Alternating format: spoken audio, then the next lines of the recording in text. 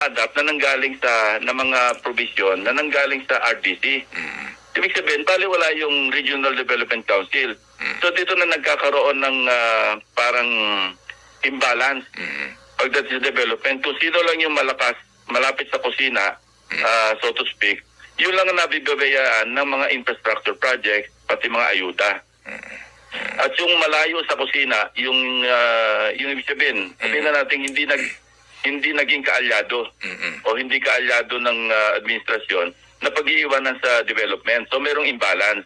Pero kung nasusunod lamang yung budgeting process, yung budget cycle, na merong citizen engagement at yung mga local development councils, malaki ang say para sa pagbalangkas ng national budget. Hindi mangyayari yon.